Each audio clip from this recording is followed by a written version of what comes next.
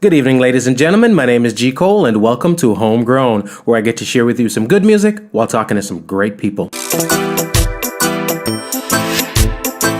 If you haven't yet subscribed, please do, so we can keep you updated when new material is available. We will be posting new episodes bi-weekly. Also, check out the website Homegrown with G Cole to listen and for all things homegrown.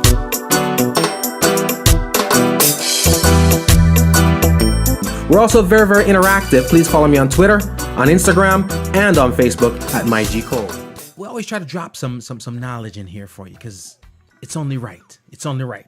It would be irresponsible of us to not have a platform to do so, and to have a platform, I should say, and not take advantage of it. So I decided to do something. I have a conversation with a professional. His name is Jay. 30 years experience in the field, dealing with sexually abused victims and so forth, and seeing the growth from then till now, the changes from then till now, the trauma from then till now. All right, it's not going to be a long convo, but we'll get him on the horn for a couple of minutes and just, again, we strive to inform, to inspire, to educate. All right, so let me get Jay in, and we're going to see if we're going to get this conversation going because, again, like I said, I find it very, very, very, very necessary. All right, Jay has over 30 years experience in the business, and we're just going to share a conversation. We're not necessarily being specific, but just dropping information out there so that anybody who's listening can be somewhat inspired and know that there is hope. There is hope. Jay, can you hear us? Yes, I can. How are you? Good. All right. Thank you again so much for taking a moment of your time to just, jump on the line with us. I know you're a busy man. Like I'd mentioned earlier to you, and I just want to drop some hope out there, the overall situation of sexual abuse in our society. Over the years of you being, working in that field, have you noticed it getting better or getting worse? Okay. Basically, for the past 30 years, going back 30 years ago, the services were available, but not as ready to the public. So, now, today, 30 years now later, comparing it to now, there's a lot of services available. We kind of talked briefly. There's Women in Distress, the Chrysalis Center, Henderson Mental Health. Henderson Mental Health has been around, but they've improved. And we also have the Florida Abuse Registry that's available to children that are getting abused as well. So, yes, I am optimistic in services improving. It's not as quickly as we would like. It's the funding is not as great as we'd like, but I think there's been slow progress, at least that I could see in Broward County. Nice. So at least there's some positive light. Where again, it's not a great situation at all, but there's nothing like hope. Correct. Nothing like knowing that today is better than yesterday. Correct. Now we always talk about sexual abuse and stuff like that it's an immediate act. It's taking place right now, but of course there's long-term effects. And I'm sure in your field you're dealing with people who have the long-term effects. I was talking to my sister-in-law today, and she was mentioning that, there's even somebody who is currently an abuser. And when you check the background, they were also abused. How much of that happens? Oh, that is very frequent and common. If somebody is abused, it's a very traumatic situation, and they should seek counseling right away. Because what would happen, and we would give a diagnosis to a person of having an acute stress disorder, because they may have a reaction when they come across somebody that looks similar or a similar situation, and they may react. And then, if that continues, this problem continues going untreated, it will become post-traumatic stress disorder, which I think a lot of us are very familiar with. In case you're not, post-traumatic stress is a delayed stress reaction that people will have trouble sleeping at night or be very frightened at the littlest of things. And then now this is manifested into more of a serious anxiety problem and can still be treated with counseling and sometimes needed medication. But the thing is, it's very important to seek professional help, and the sooner the better. Right. And that's something that I do notice, that a lot of times people don't seek professional help. I see instances occurring, for example, in the church. But from my observation, it's almost like things are sometimes swept under the rug because of the optics, the long-term effects in their regard. So now something happens at church, it comes out. It's a bad look on the church, especially in a day and age when people are questioning that anyway. So a lot of things are swept under the rug. But what I feel like is, in cases like those, we're victimizing that victim once more. The thing is, lots of times it's very difficult for the victim to seek out. They're embarrassed. It could be taboo. It could be a family member that sexually abused them, and they're not so readily to go out and accuse this person. It would be, an embarrassment to the family, an embarrassment to the institution, to the church. A well-known priest, a minister, is being accused, and but either which way, the individual needs professional help, and not necessarily go in the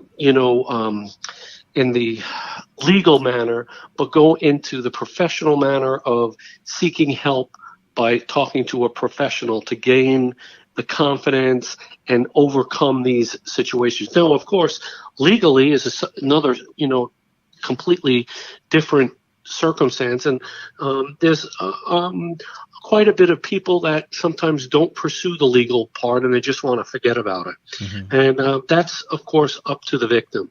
But the most important thing is to understand that, these victims need treatment. And quite often, if it's a male or a female, the tendency is that this will cycle into their abusing some other person in the future. Right. So that's why it's important to seek the treatment and services, and to help the person, and to break the family cycle, the family that usually has this issue, or the institution, and break it and speak out. Right. It's no joke. They say hurt people hurt people. Right. Try to find that help whenever and wherever you can. One thing that I've always had come up whenever I've spoken to people who have been victims, or who are family members or associates of people who have been victims of sexual abuse, is the whole concept of, I can't believe I missed it, especially when it comes to the children. What are some things that we can look for? What are little things that, you want to pay attention to, especially when it comes to the minors, the children, the teenagers, and so forth, that might be telltale signs? Right. Well, it's a little bit different for each individual, but the common symptoms, a startled response from a young child, or, a startled response when somebody walks in, or unusual behaviors of, itching their genital areas, or, having problems going to the bathroom, or things like that. Some, of those things of indication, like, gee, why is that? And usually, when we seek professional help with the doctor, they're, trained to recognize some of this as well. So, a parent being alert and seeking, oh, gee, why does he have a rash over there? And let me talk to the doctor, and those kind of things. So, again, for parents to be a little bit observant, and yes, sometimes we, as parents, we observe and we do our best, and we could miss it. Sometimes we're too close to the situation, and we miss it. And that's why there are mandated reporters in the community, teachers, professionals, that are required to report a suspicion of a child being abused. And not that the parent should be upset about that. It should be good. There's other professionals, other people in the community that are looking out for that. And so that's why I say we're better now today than we were 30 years ago, where we had some things and in place, but not as aware. And we as a community and a society, we're slowly moved to better awareness. And again, I'm going to keep saying this throughout the speaking. Should people need services, there are services in our community that are out there free of charge, without questions. Women in distress, if women are getting physically or sexually abused by, a loved one, or a child needs, counseling, the Chrysalis Center. And if you're not sure where to go, there's the hotline 211, and anybody could use that hotline, and it's kind of like a crisis line, but they'll help you with the services that you may need, any kind of service, even legal aid. If you need a lawyer or somebody, they'll help you out, and that's a service in our community that is, I think, underutilized, that a lot of people aren't aware of. This 211 service information that you may need. Oh, where can I go in my area? They'll hook you up.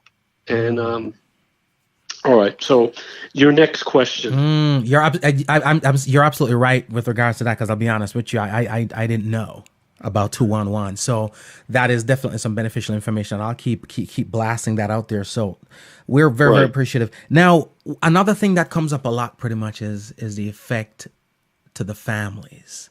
And by that, I mean, that's something that's going to rock a family to its core, be it the family of the offender or be it the family of the victim. So like you said, a lot of times embarrassment is one thing, but I presume you get that a lot where, the PTSD is one thing for the victim, but there's some form of traumatic effect for the entire family too, and the dynamics moving forward. Right. Well, it's a shock for families. Sometimes they're in denials of not, and they didn't see this happening, or it's an occurrence that out of the blue it happens at the school or church, and they weren't aware of any of this. And but now they are, and now what to do? And you can't say, "Oh, I'm a bad parent," and you have to move forward. You have to help your child for now, and not blame yourself. And I shoulda, coulda, woulda, and look forward on what do I need to do to help my family and my child move forward. And sometimes going to family counseling is a good thing, to help all the individuals, where all of the family counseling, where all of the individuals sit together and discuss things. And sometimes parents feel that they are aware, but they are unaware of a lot of things that are going on with their children, especially young teenagers. And sometimes young teenagers is just too hard to keep track, and common problem for eons. And family counseling sometimes helps bring that, family unit together closer, and bring that communication between the family together, and helping them move forward. Wow. So going back to that old school dynamic of the family structure, the family that's closer, the family that's tighter is a lot more secured and a lot more protected than the contrary. Right. Well, there's so much we could get into, and that's for a whole different episode. But I, on behalf of myself, Homegrown with G Cole, and everybody listening right about now who are benefiting so much, would like to just say thank you so much for taking a minute of your time to hop on with us. I really, really, really appreciate it. Oh, you're quite welcome. All right. Thanks so much. We'll catch up. Have a good one. All right. You too. Thank you. Okay. Bye for now. Bye. Ladies and gentlemen, that one is Jay. Man, I just wanted to, for whenever we can, it is very important to me that we always get the opinion of somebody who's out in the field. Tracy, I'd had a little communication with prior, and not just with Jay, but with other people. Certain questions are legal questions and they can't get into. There's a lot of ethics violations associated with working in that field. As well as even us having this conversation right now. That's why I'm kind of, I don't want to say generic, but general with some of the questions versus being more specific, because even myself, there can be legal ramifications and stuff like that. And that's a crazy part of this thing that makes it tough sometimes to help people, So we live in a society right now that there's so many things that promote lack of help. But at least we've got 211, like you heard Jay say. we've got 211. All right. And the one thing that, makes me feel, I don't feel good, but makes me feel better than I did before is just knowing that as much as things are crazy right now, it's getting better. It's improving. Somehow, some way. The thing with today is that there are way more cameras around. And the services that are there, we're more aware of as a result of the internet, as a result of just us communicating differently now, women in distress, the support groups and stuff like that. And again, a lot of these things are supposed to be government funded and so forth. And truth be told, there's just not enough money to support a lot of the programs. But again, if you're not 100% sure what program and where, 211. 211.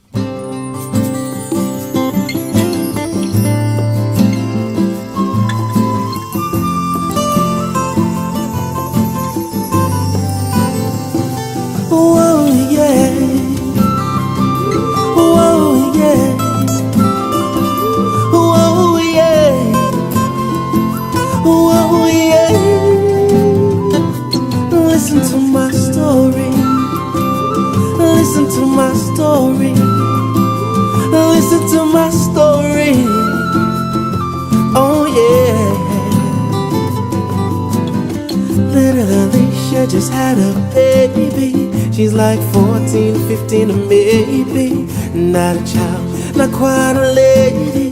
And they say she's crazy. Look in her eyes, I could see she was dying. Asked for something and she started crying. Said she'd tell, at least she's trying. And I know she's lying. She's been raped, abused, she was a victim. Stepdaddy always was very molesting. Her mama loved him so much, she protected him. How could you let her?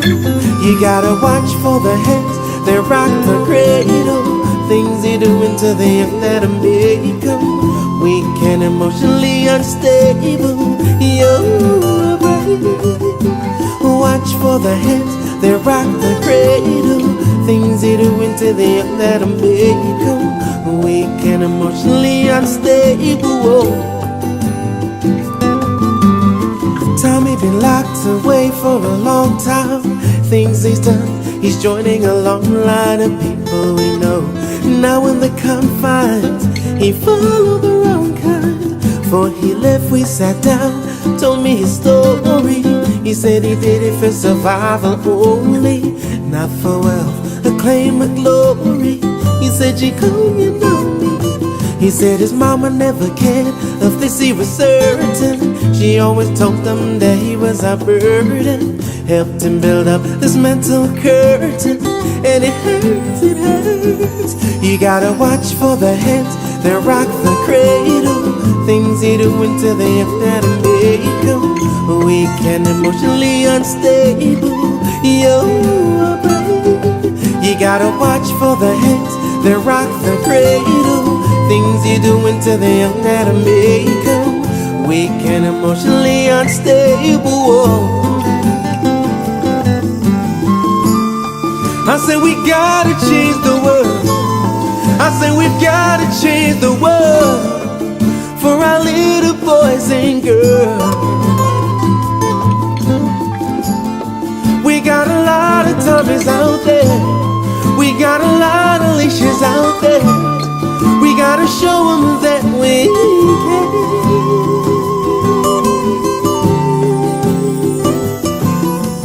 Watch for the hands that rock the cradle. Things you do into the young that'll make them weak and emotionally unstable. You're brave. Watch for the hands that rock the cradle. Things you do into the young that'll make them weak and emotionally unstable. Whoa, yeah. Whoa, yeah. Whoa, yeah. Whoa, yeah.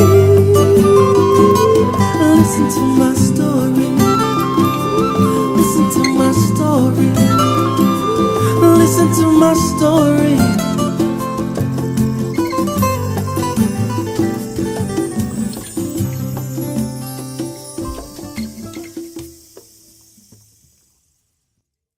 there you have it. Thank you so much for tuning in. It has indeed been a pleasure. Remember, be safe, be kind, and be good to each other. My name is G Cole, and this is Homegrown.